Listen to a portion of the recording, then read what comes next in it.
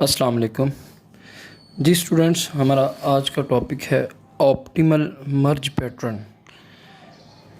Optimal मर्ज pattern है क्या, और ऑप्टिमल मर्ज पैटर्न प्रॉब्लम को ग्रीडी एल्गोरिथम के थ्रू सॉल्व कैसे किया जा सकता है, ये आज के इस वीडियो में हम देखेंगे।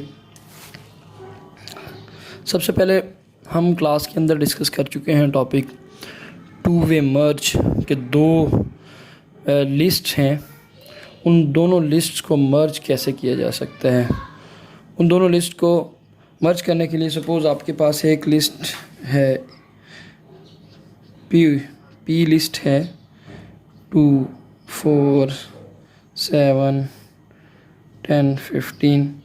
ये आपके पास एक लिस्ट P है। दूसरी लिस्ट आपके पास Q है जो कि है जी 1, 5, 6, 9। अब इन दोनों लिस्ट को हम मर्ज किस तरह से कर सकते हैं। टू वे मर्ज के टॉपिक में हमने इसको डिस्कस किया था कि हमारी जो रिजल्टेंट लिस्ट है वो भी आपकी सॉर्टेड हो।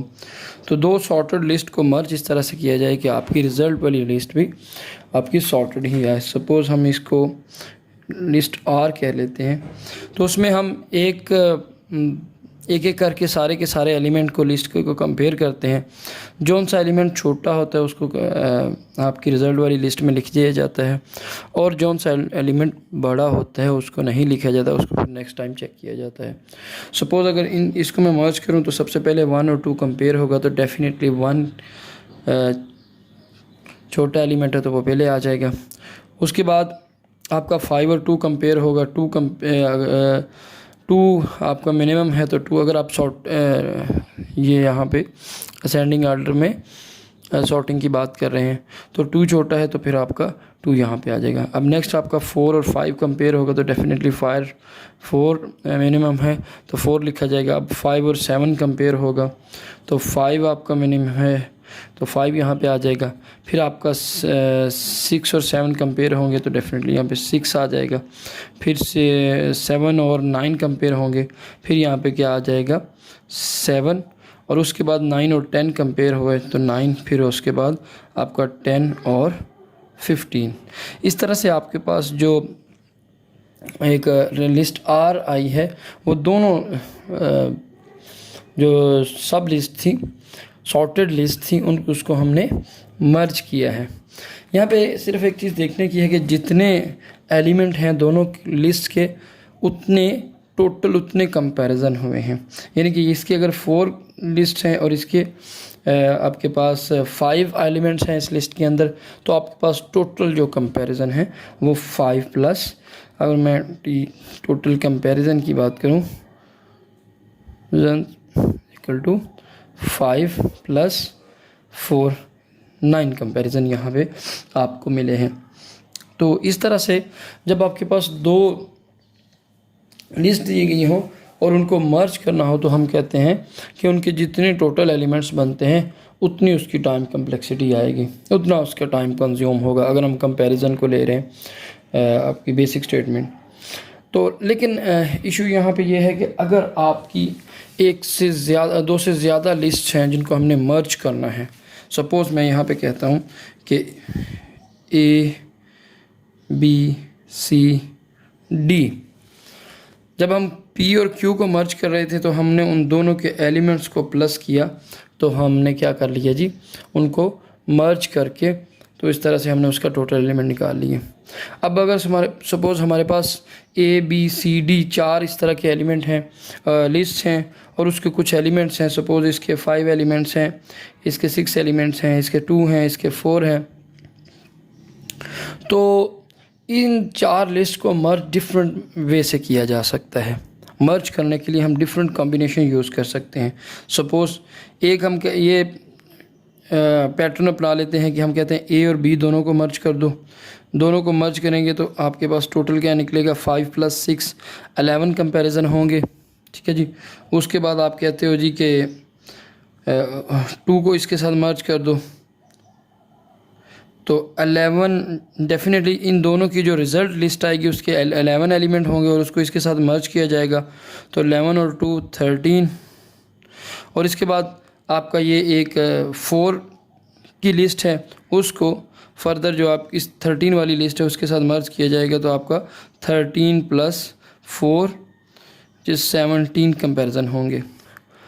अब ये जो कंपैरिजन है टोटल अगर आप हम इसका निकालें, टोटल कंपैरिजन इस केस में कितने हुए हैं, तो TC = total comparison is equal क्या है 11 + 13 + 17 मीन्स के 30 और 11 41 कंपैरिजन आपके हुए। तो हम कहते हैं जी इसकी कॉस्ट हमारे पास जो आ रही है इस मर्ज के केस में आपके पास कॉस्ट जो है वो 41 है। लेकिन अगर हम दूसरा सिनारियो देखें कि आपके पास ये एक नोड है A B C D, इसी को हम देख लेते हैं। इसके 5 आइटम हैं 6 2 और 4। हम एक ये भी मेथड बना सकते हैं कि हम इन दोनों को मर्ज कर दें, इन दोनों को मर्ज कर दें, उनके जो रिज़ल्ट आए उन दोनों को मर्ज कर दें। तो यहाँ पे हमारे पास अगर हम 5 और 6 को आपस में मर्ज करते हैं तो हमारे पास जो काउंट आएगा, जो आपकी टाइम कम्प्लेक्सिटी या कॉस्ट आएगी 5 + 6 = 11। 4 और 2 को आपने आपस में मर्ज कर दिया तो आपके पास क्या कॉस्ट आएगी 4 + 2 = 6। अब इन दोनों को मर्ज कर दिया आपने, तो इन दोनों के जो रिज़ल्ट को हमने मर्ज किया तो आपके पास यहाँ पे कॉस्ट क्या आई 6 + 11 विच इज़ 17। अब यहाँ पे आपके पास टोटल कंपैरिजन क्या आ जाएंगे 17 + 6 17 + 6 + 11, ठीक है जी। तो ये आपके पास टोटल कंपैरिजन आ गए 23 और 11 आपका 34। यानी कि इस तरह से अगर हम मर्ज कर रहे हैं तो आपके पास टोटल कंपैरिजन जो आ रहे हैं वो 41 हैं। इस तरह से हम मर्ज कर रहे हैं तो आपके पास जो कंपैरिजन टोटल कंपैरिजन आ रहे हैं वो 34 हैं। इसके अलावा और भी मेथड हो सकते हैं। सपोज़ आप कहते हो जी कि 2 और 4 को पहले मर्ज कर लो, यानी कि अगर आपके पास एक दूसरा अगर हम तरीका देखें, इसमें पैटर्न देखें A B C D 5 6 2 4। अब इन दोनों को मर्ज कर लिया तो इन दोनों की 4 + 2 6 कॉस्ट आई। अब इसके साथ इसको मर्ज कर लिया, ठीक है जी, तो 6 + 6 12 कॉस्ट आ गई। अब एंड पे इसके साथ इसको मर्ज कर लिया, ठीक है जी, तो ये आपका क्या आ गया 12 और 5 17 कॉस्ट आ गई। अब इन सारों को ऐड करें तो 17 + 12 = 29 29 + 6 = 35। तो तीनों केसेस में आपकी जो मर्ज की कॉस्ट है वो डिफरेंट निकल रही है।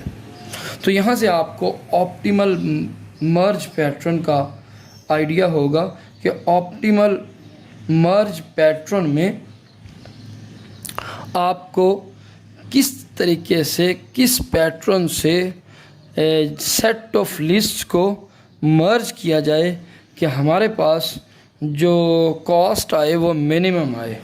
This is the optimal merge pattern problem. कि आपके एक से ज़्यादा वेज हो सकते हैं आपकी n लिस्ट को मर्ज करने के। डेफिनेटली जैसे जैसे आपकी नंबर ऑफ़ लिस्ट बढ़ती जाएंगी तो आपको डिफरेंट वेज बढ़ते जाएंगे। तो किस पैटर्न के साथ लिस्ट को मर्ज किया जाए, n लिस्ट्स को मर्ज किया जाए कि आपके पास कॉस्ट मिनिमम आए, this is the optimal merge pattern problem. अब यहाँ पे आप एक चीज़ देखें कि जब हम वेरी फर्स्ट केस में देखें तो हमारे पास सिर्फ 2 आइटम, पहले हमने 5 और 6 को अगर मर्ज किया है तो उसमें जब हम 2 को मर्ज कर रहे हैं तो हमें सिर्फ 2 नए आइटम ऐड करने के लिए कितनी कॉस्ट लेना पड़ रही है, 13 की कॉस्ट लेना पड़ रही है। पहले 11 की लिस्ट थी, उसमें हमने सिर्फ 2 नए आइटम्स ऐड करने थे, तो हमारे पास जो कॉस्ट निकल रही है वो 13 है, ठीक है जी। उसके बाद फिर 13 की एक लिस्ट है, दूसरी सिर्फ 4 आइटम्स की लिस्ट है। तो उनको जब हमने मर्ज किया है तो हमारे पास 17 कॉस्ट आ रही है सिर्फ 4 आइटम्स के लिए। उसके अगेंस्ट जब इन दोनों को हमने मर्ज किया है, इस केस में 2 और 4 केसेस में हमें 6 कॉस्ट पे करना पड़ी है। और जब इसमें आया है तो हमारे पास 11 + 6 ये 17 कॉस्ट यहाँ पे आई है।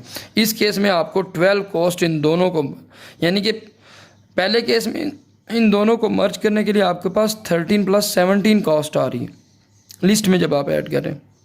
इस केस में आपके पास 6 + 12 इस केस में आपकी कॉस्ट आ रही है, ठीक है, इन दोनों को मर्ज करने के लिए। तो इस तरह से अगर आप एक पैटर्न यहाँ पे देखें कि जो कम आइटम्स वाली लिस्ट हैं या छोटी लिस्ट हैं, स्मॉलर लिस्ट जो है, उनको पहले मर्ज किया जाए। पहले स्मॉलर को मर्ज करके उसमें हम आपकी जो दूसरी बड़ी वैल्यू की जो भी लिस्ट हैं उनको ऐड करते जाएं, तो उस केस में हमारे पास कॉस्ट कम हो सकती है। तो इसके लिए इसका आपका ग्रीडी एल्गोरिदम इस तरह से बन सकता है कि सबसे पहले छोटी लिस्ट को ले लो, उसमें 2 सबसे छोटी लिस्टों को ले लो, लिस्ट जो भी आइटम्स हैं आपके पास नंबर्स हैं उनमें से 2 छोटी एरेज को लेकर उनको आपस में मर्ज कर लो।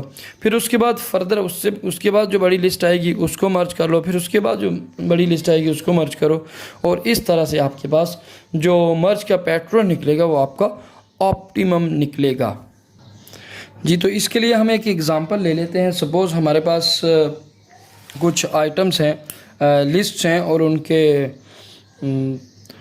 जो आपकी लिस्ट के अंदर नंबर ऑफ़ आइटम्स हैं वो दिए गए हैं।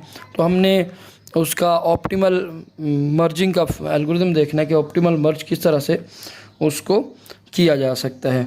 सपोज़ आपके पास जो लिस्ट हैं x1, x2, x3, x4, ठीक है जी, आपके पास 4 किस्म की लिस्ट हैं। चलें x5 भी ऐड कर लें।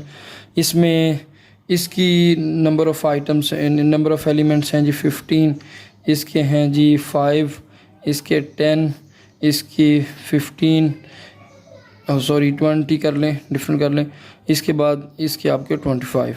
इस तरह से आपके पास ये 5 लिस्ट हैं और उनके एलिमेंट्स दिए गए हैं। हमने इनका टोटल कॉस्ट निकालनी है कि किस तरह से ऐसी मर्जिंग की कॉस्ट जो है वो सबसे हमारे पास कम आए। तो इसमें सबसे पहले आप जो इस लिस्ट के अंदर जो सबसे छोटी लिस्ट हैं उनको उठा लें तो आपके पास कॉस्ट निकल आएगी, यानी कि उन दो को मर्ज कर लें। फिर उस रिज़ल्ट के बाद इंक्लूडिंग द रिज़ल्ट आप दूसरी लिस्ट देखें कि कौन सी लिस्ट है, उसको मर्ज कर लें। फिर उससे बड़ी लिस्ट को मर्ज करते जाएं तो आपके पास रिज़ल्ट आ जाएगा। सपोज़ आप यहाँ पे सबसे पहले x2 और x3 को उठा लें, क्योंकि x2 और x3 सबसे छोटे आइटम्स हैं। तो x2 और x3 को आपने मर्ज किया तो आपके पास जो कॉस्ट इन दोनों को मर्ज करने की निकलेगी वो 10 + 5 15 कॉस्ट आएगी। अब ये दोनों एरेज निकल गई, इन दोनों का रिज़ल्ट यहाँ पे आ चुका है, ठीक है जी। हमने इनको रिमूव करने से मुराद ये है कि अब ये 2 लिस्ट का रिज़ल्ट यहाँ पे डिस्कस किया जाएगा इस कंपटीशन में। अब हम इस लिस्ट को देखेंगे, ये वाली एरे, ये वाली एरे, ये वाली एरे और ये वाली एरे। इन सब में से जो 2 छोटी होंगी उनको मर्ज किया जाएगा। तो इसमें जो 2 छोटी हैं, सपोज़ ये 15 है और ये भी 15 है, तो इट मीन्स कि हम इन दोनों को मर्ज करेंगे। 15 और 15 को मर्ज किया तो हमारे पास कॉस्ट क्या निकल आई 30 की, इन दोनों को मर्ज करने की। अब इसी तरह से अब ये भी रिमूव हो गया, ये लिस्ट भी रिमूव होगी क्योंकि इनका रिज़ल्ट हमारे पास इस लिस्ट के, ये वाली लिस्ट आपकी 30 एलिमेंट्स की एक लिस्ट अवेलेबल है।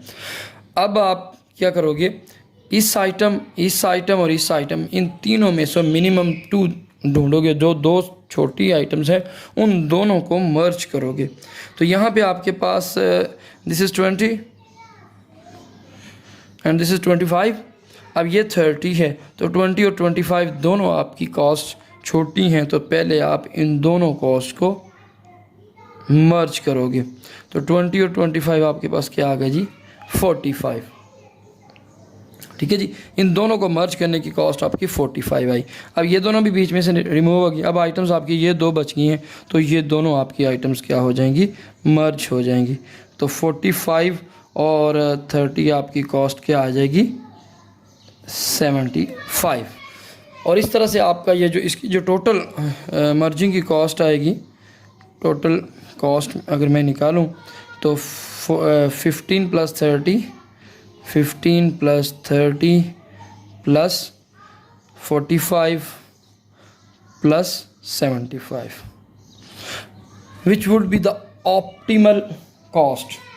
इसी को हम वेरी क्विकली किसी और तरह से करके देख लेते हैं, मर्जिंग का यहाँ पे करके देख लेते हैं। तो इस तरह से हमारे पास जो टोटल कास्ट आएगी इसकी कंपैरिजन की मर्जिंग की, वो आपकी आएगी 165। तो यहाँ पे ग्रीडी एल्गोरिदम क्या कर रहा है, ग्रीडी एल्गोरिदम कहता है जी कि आप इसको एरे को सॉर्ट कर लें या इसमें से मिनिमम फाइंड कर लें और सेकंड मिनिमम फाइंड कर लें लिस्ट में से, और उन दोनों को मर्ज करें।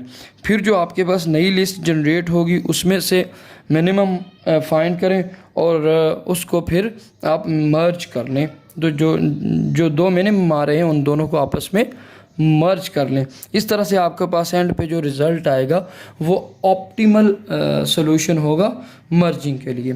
सपोज़ इसी का हम दूसरा एक वे देख लेते हैं यहाँ पे कि हम अगर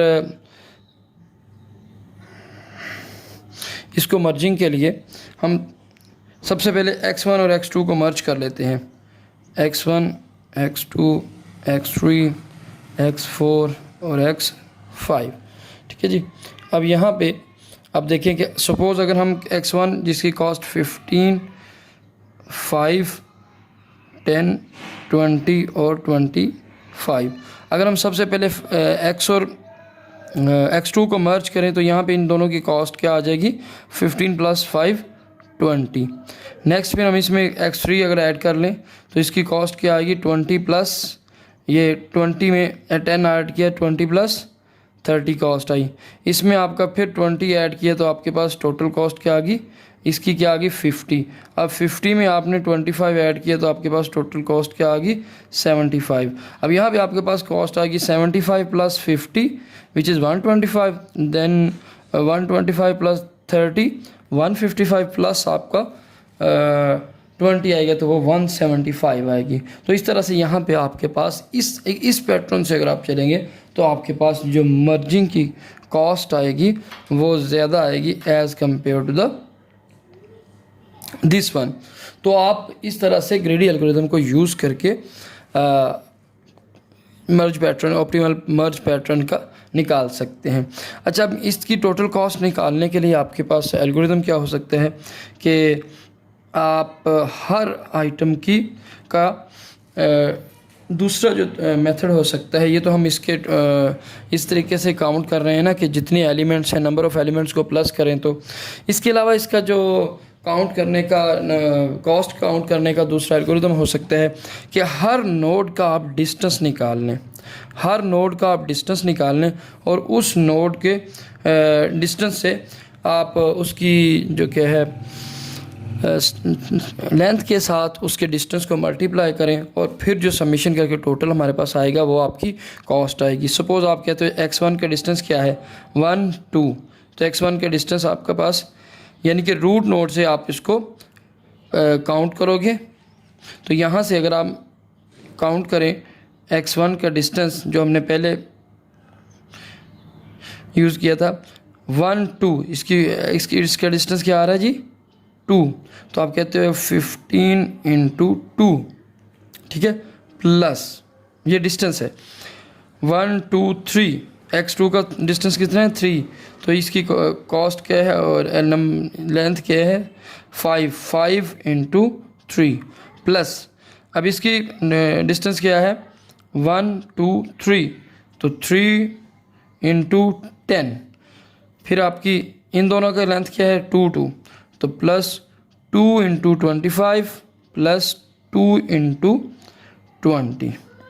तो ये आप टोटल कॉस्ट निकालेंगे तो आप देखेंगे कि इसकी कॉस्ट भी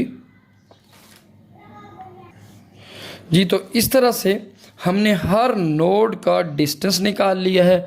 नोड के डिस्टेंस को कॉस्ट के साथ मल्टीप्लाई करते हैं और फिर उनकी सारों की सबमिशन ली है, तो वो भी हमारे पास 165 निकली है, जो कि यही वाली कॉस्ट है जो कि हमने नंबर ऑफ़ एलिमेंट्स के हिसाब से काउंट की थी। तो इस तरह से अगर आप ये ट्री जनरेट कर लेते हैं और ग्रीडी एल्गोरिथम यूज़ करते हुए इस ट्री को जनरेट करने के बाद आप डिस्टेंस से, हर नोड के डिस्टेंस से उसकी कॉस्ट को मल्टीप्लाई करें और फिर उसका समीशन निकालें, तो आपके पास टोटल कॉस्ट निकल आती है। सपोज़ अगर मैं इसका एल्गोरिथम लिखूं कि इसका फिर एल्गोरिथम क्या बनेगा, summation d of i into, अगर मैं यहाँ पे एक्स आई कह दूँ, x i is the string length, string length या लिस्ट की लेंथ है, तो हमारे पास जो कॉस्ट निकालने के लिए cost is equal to summation of d i into x i, कि हर जो नोड है उसकी डेप्थ के साथ हम उसकी लेंथ को मल्टीप्लाई करें और फिर उसका समीशन लें, तो हमारे पास ये टोटल कॉस्ट इस एल्गोरिथम से निकल सकती है। तो ये हमारा ऑप्टिमल मर्ज पैटर्न था जी। ऑप्टिमल मर्ज पैटर्न के अंदर हमने जो ग्रीडी टेक्निक यूज़ की उसको हम कंप्रेशन के लिए यूज़ कर सकते हैं। हाफमैन कोडिंग की जो कंप्रेशन की टेक्निक है उसके लिए आप ग्रीडी एल्गोरिथम को यूज़ करके ये कोडिंग की टेक्निक आप अप्लाई कर सकते हैं। सबसे पहले आपको कंप्रेशन ज़रूरी क्यों है, कंप्रेशन क्यों करनी है। डेफिनेटली आपने नेटवर्क के ऊपर कोई डाटा भेजना है या इवन आपने डाटा स्टोर करके रखना है, तो आप चाहते हो कि उसका साइज़ कम से कम हो। कम साइज़ की फ़ाइल आपको डाटा ट्रांसफ़र करना या स्टोर करना डेफिनेटली इकोनॉमिकल होगी as compare to the original one. यहाँ पे सपोज़ हमारा ये कोई एक मैसेज है जिसकी स्ट्रिंग मैंने यहाँ पे शो करवाई हुई है, जिसमें डिफरेंट किस्म के आपके करैक्टर्स हैं, A B C double B, कोई भी एक स्ट्रिंग है। अब इस स्ट्रिंग को सपोज़ आपने नेटवर्क के ऊपर डाटा सेंड करना है, तो इस स्ट्रिंग का साइज़ कितना होगा।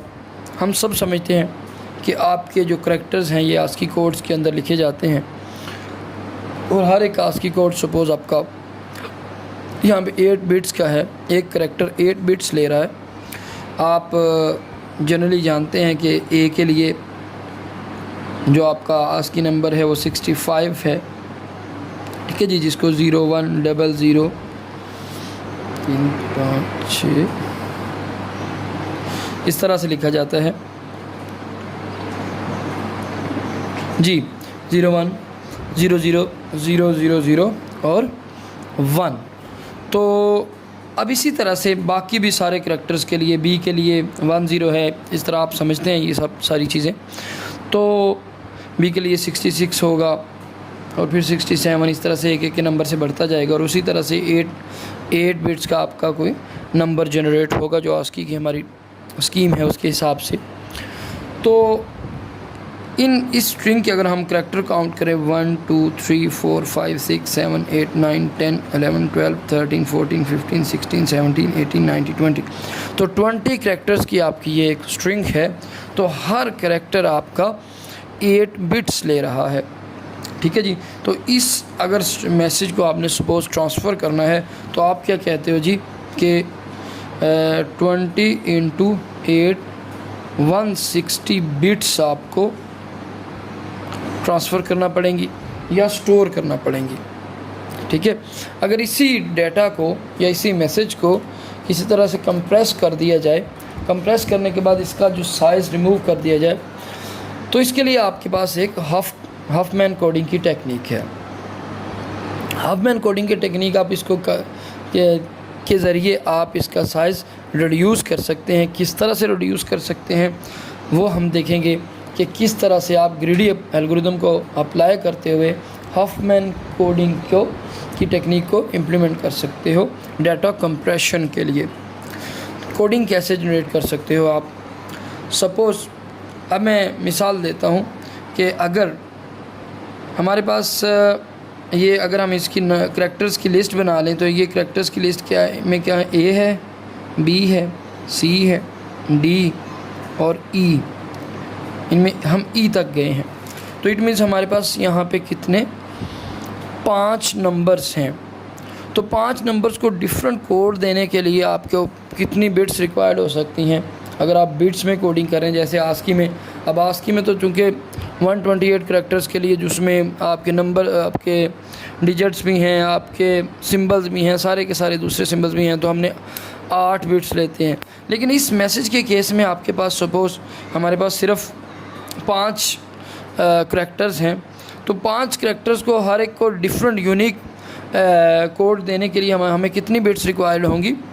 अगर हम 2⁻² करते हैं तो वो 4 होंगी। अगर तो 2 हों तो 2 ही बिट्स हैं, तो उसके हम टोटल कितने कम्बिनेशन बना सकते हैं। आप सारे समझते हैं कि अगर 2 बिट्स हैं तो हम उसकी कम्बिनेशन बना सकते हैं जी 0 0 0 1 1 0 और 1 1। इसी तरह से अगर 3 हो तो हम 8 कम्बिनेशन डिफरेंट बना सकते हैं। इट मीन्स के 8 डिफरेंट कोड्स दे सकते हैं। तो यहाँ पे हम कह सकते हैं कि अगर इस क्या नाम लेते हैं, इन करैक्टर्स को हमने कोड देना हो तो हम 3 बिट्स को यूज़ करके वो कोडिंग दे सकते हैं, बजाय इसके कि हम क्या करें, हम हर एक के 8 बिट्स को, हर एक के करैक्टर के लिए 8 बिट्स यूज़ करें। सपोज़ आप कहते हैं जी ए को आप 0 0 कह दो, बी को आप 0 1 0 कह दो, सी को आप 0 1 1 कह दो, ठीक है जी, डी को आप 1 0 0 कह दो, और इसी तरह से ई को आप 0 0 1 कह दो। यहाँ पे हमने इसकी, तो इस तरह से आप डिफरेंट किस्म के कोडिंग के टेक्निक्स यूज़ कर सकते हैं। अब ये आपके 5 डिफरेंट कोड्स हैं, ठीक है जी। तो अब अगर आप डेटा भेजते हैं, यहाँ पे सपोज़ हमारा ए आ रहा है 1 2 3 दफ़ा, तो 3 दफ़ा ए सेंड करने के लिए हमें बजाय इसके कि हम 24 बिट्स डाटा भेजें, हम यहाँ पे सिर्फ 3 × 3 9 बिट्स भेज रहे होंगे डाटा के। तो डेफिनेटली अगर हम किसी तरह के तरीके से इन करैक्टर्स को अपनी कोडिंग स्कीम दे दें और उस कोड को आगे डाटा ट्रांसफ़र करें, तो फिर आप डाटा को कंप्रेस कर सकते हैं। डाटा की कंप्रेशन रिक्वायर्ड है। लेकिन अगर यहाँ पे देखा जाए तो आपकी इस केस में आपको साथ में ये इन्फॉर्मेशन ज़रूर भेजनी पड़ेगी कि आपने कोडिंग की किस तरह से है।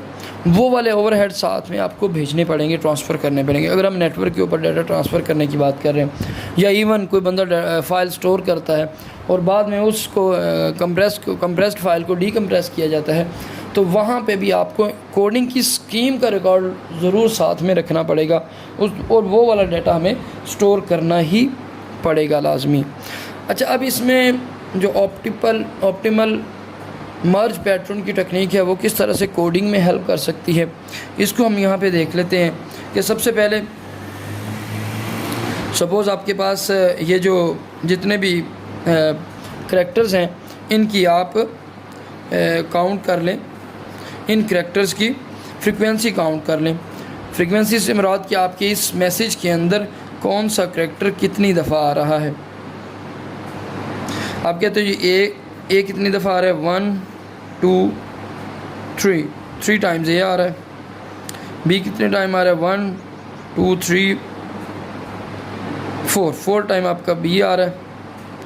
सी कितनी दफ़ा आ रहा है, 1 2 3 4 5 टाइम्स सी आ रहा है। और डी कितने दफ़ा आ रहा है, 1 2 3 4 5 6 टाइम डी आ रहा है। और ई आपका कितनी दफ़ा आ रहा है, 2 टाइम्स ई आ रहा है। तो इस तरह से आपने क्या किया कि सारी की सारी जितने भी आपके करैक्टर्स हैं उनकी फ्रीक्वेंसी निकाल ली, ठीक है जी। अब उनकी फ्रीक्वेंसी निकाल ली, तो जिस तरह से हमने पीछे ऑप्टिमल मर्ज पैटर्न पढ़ा कि आप 2 मिनिमम लिस्ट को लेते हो और उनको आपस में मर्ज करते हो और उनके मर्ज करने की कॉस्ट लिख लेते हो, ऊपर एक नोड बना लेते हो। हम यहाँ पे भी कुछ ऐसा ही स्कीम देखेंगे कि सपोज़ आपने इनको सॉर्ट कर लिया इनकी उसके हिसाब से, साइज़ के हिसाब से, फ्रीक्वेंसी के हिसाब से। आपने कहा जी सबसे पहले चूँकि ई है तो यहाँ पे ई आ गया और उसकी कॉस्ट है आपके पास 2, ठीक है जी। उसके बाद आपके पास इसकी कॉस्ट आपके पास ई की कॉस्ट है जी 2। उसके बाद अगली उससे नेक्स्ट नंबर ए, इसकी कॉस्ट है 3, कॉस्ट कह दिया सॉरी, इसकी जो फ्रीक्वेंसी है वो आपकी 3 है। यहाँ पे ए लिख लें, यहाँ पे आप फ्रीक्वेंसी लिख लें, 3 फ्रीक्वेंसी है। अच्छा जी, इसके बाद आपका जो नंबर है करैक्टर है वो बी है और उसकी फ्रीक्वेंसी कितनी है 4 है। उसके बाद सी है, उसकी फ्रीक्वेंसी कितनी है जी 5 और उसके बाद डी उसकी फ्रीक्वेंसी आपकी क्या है 6 है। अब इन सारी फ्रीक्वेंसीज़ को आप उसी तरह से मर्ज करें। मर्ज करने से मुराद कि आप यहाँ पे ऑप्टिमल मर्ज वाला फार्मूला लगाएं और उनके नए नोड्स जनरेट करते जाएं। सबसे पहले हम कहते हैं कि 3 और 4 को आपस में मिला दिया तो हमारे पास एक नई नोड बनी 7 की, सॉरी 5 की। 5 + 2 + 3 = 5, तो आपके पास नई नोड एक बनी 5 की। अब अब ये दोनों तो बीच में रिमूव हो गए, 5 है, 4 है और 5 है और 6 है। इन तीनों में से इनको आपने मर्ज करना है, जो 2 छोटी आइटम्स होंगी। सपोज़ आप कहते हो जी कि आपने इस 4 और 5 को मर्ज कर लिया। इस 4 और 5 को जब आप मर्ज करेंगे तो आपके पास, या इन दोनों 4 और 5 को मर्ज कर लें आप, 4 और 5 को मर्ज कर लिया तो इसकी कॉस्ट क्या निकल आई आपके पास 9। अब पहले इनको मर्ज कर लें। आपने इस 5 के साथ इस 4 को मर्ज कर लिया तो यहाँ पे आपके पास क्या आ गया 9 आ गया।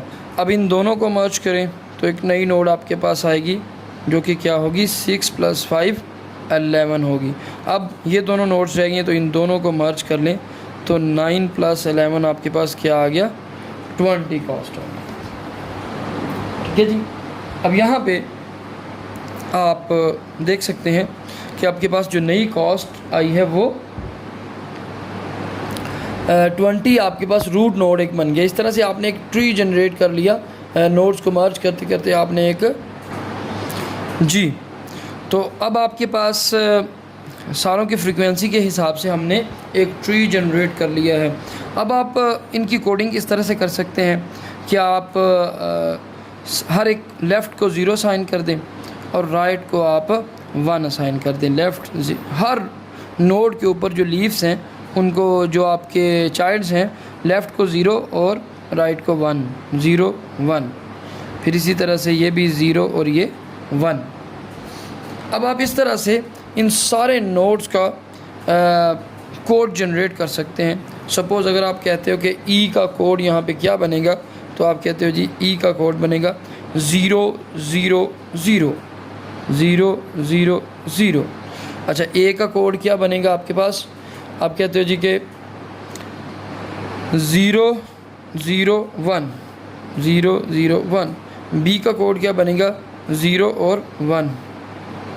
अच्छा जी, आपके पास सी का कोड क्या बनेगा 1 0 0। डी का कोड क्या बनेगा 1 1 1, ठीक है जी। तो इस तरह से ए बी सी डी, ई का 0 0 0, ए का 0 0 1, ए का 0 0 1 और बी का 0 1 और सी का 1 0, डी का 1 1। इस तरह से आप हफमैन कोडिंग कर सकते हैं उसी पैटर्न को यूज़ करते हुए।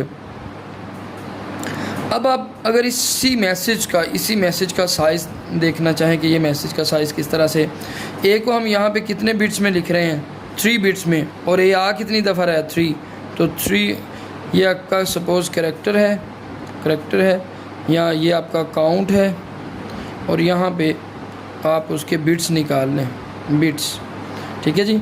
तो ए थ्री टाइम्स आया है और हर दफ़ा ए को लिखने के लिए हमने 3 बिट्स यूज़ किए। 3 × 3 आपके पास क्या आ गया, 9 बिट्स आ गई। आगे फिर बी की जो काउंट है वो 4 है या फ्रीक्वेंसी 4 है, और बी को लिखने के लिए हमने कितने डिजिट्स यूज़ किए हैं, 0 1 2, तो 4 to 8 बिट्स इसके आगे। अब सी को हमने 2 बिट्स से लिखा है, उसकी फ्रीक्वेंसी 5 है, तो इसका क्या 10 बिट्स आ गए। डी की फ्रीक्वेंसी 6 है, ठीक है जी, और इसके लिए हमने 2 बिट्स यूज़ किए हैं, तो ये आपके पास आ गया क्या 12। 6 × 2 क्या आ गया आपके पास 12।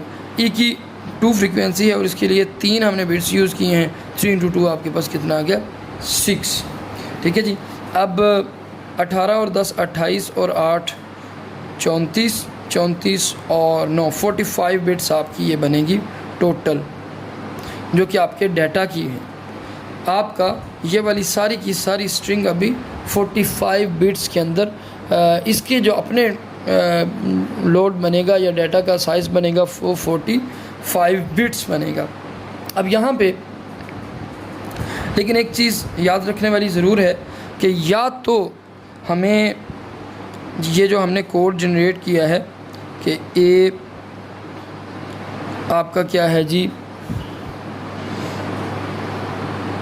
0 0 1, बी क्या है 0 1, सी क्या है 1 0, डी क्या है 1 1, और आपका ई क्या है 0 0 0।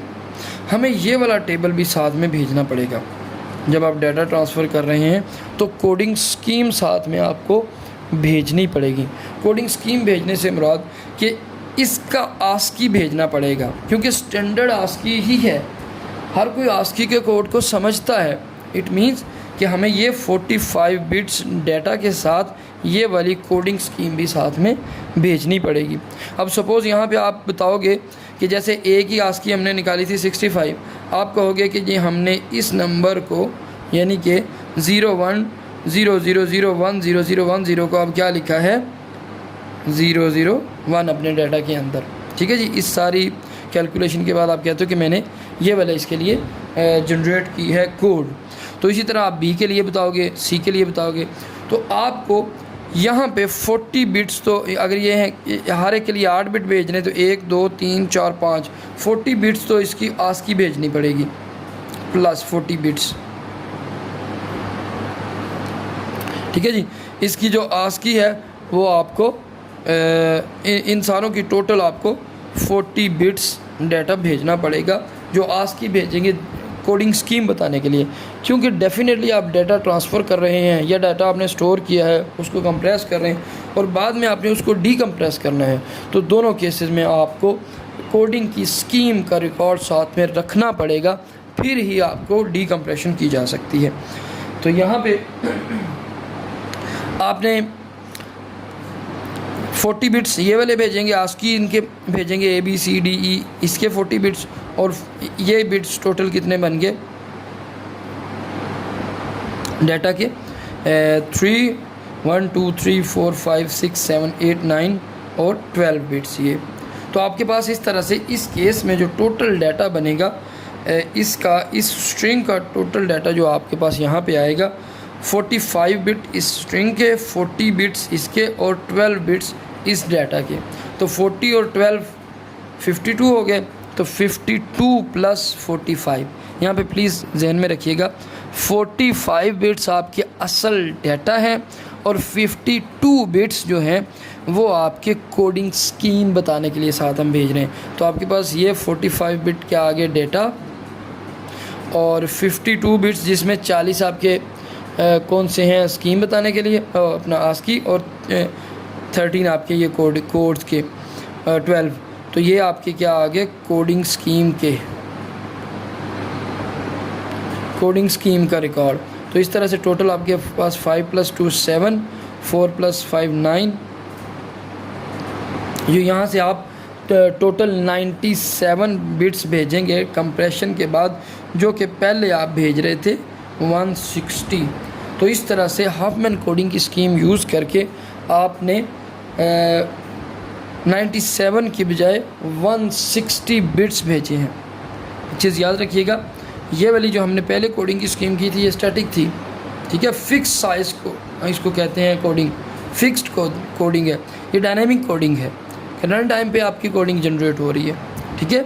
तो आपने इस तरह से कितनी आपने बिट्स भेजी हैं 97, जबकि पहले केस में आपकी कितनी बिट्स जा रही थी 160 बिट्स। ओरिजिनल 160 को हमने 97 बिट्स के अंदर कन्वर्ट किया है हफमैन कोडिंग की टेक्निक को यूज़ करते हुए, using the greedy algorithm of optimal merge patterns. अस्सलाम वालेकुम।